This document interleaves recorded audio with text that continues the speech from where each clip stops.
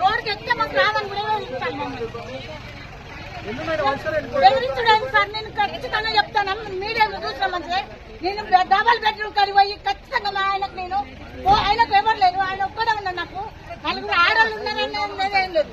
ఆయనకు వస్తా నేను పోసుకుంటాను, ఖచ్చితంగా పోసుకుంటాను. నాకు ఇంత భూమి లేదు, మా ఇంట్లో నలుగురు ఎట్టలు, నలుగురు కోసం కొట్లాడలే, నేను మా ఆయన కోసం కొట్లాడుకున్నా.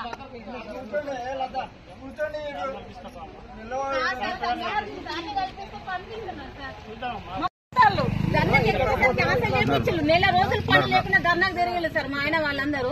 నువ్వు రోడ్డుకి ఎక్కచ్చమ్మా అన్నారు నన్ను, నువ్వు ఇంట్లో నీకు అత్తే అంటే సపరేట్ వచ్చిండు. మేడం అడిగితే లిస్ట్ 2లో పేరు వస్తుందమ్మా అన్నారు. మేడం అది లిస్ట్ 2 L2 అన్నారు. ఇప్పుడు కదా నెక్స్ట్ టైం చూసుకోండి మీరు.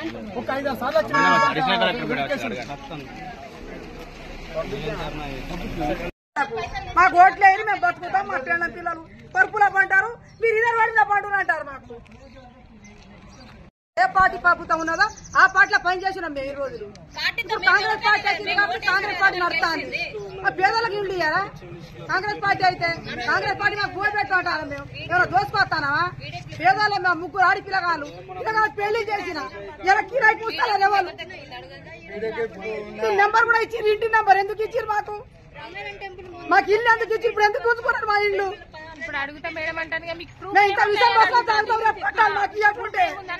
ఆ డబల్ బెడ్రూమ్ లో కడుతా చెత్తాం మేము రేపు. నా మొగలు కాలింటి కుంటి కాలు ఉన్నది, నా కొడుకులు లేరు, రూపాయి పని చేసుకొని బతుకుదా అదే ఎవరు లేరు. ఎంక్వైరీ తీసుకొని ఇప్పుడు టీఆర్ఎస్ పార్టీ టీఆర్ఎస్ పార్టీలో పనిచేసిన అన్నప్పుడు తెలంగాణ గురించి ప్రభుత్వం గురించి లొల్లి పెట్టినా, కొట్లాడినా, ధర్నా చేసినా, రాస్తారోకో చేసినాం. ఇన్ని రోజులు టీఆర్ఎస్ పార్టీలో ఉన్నా.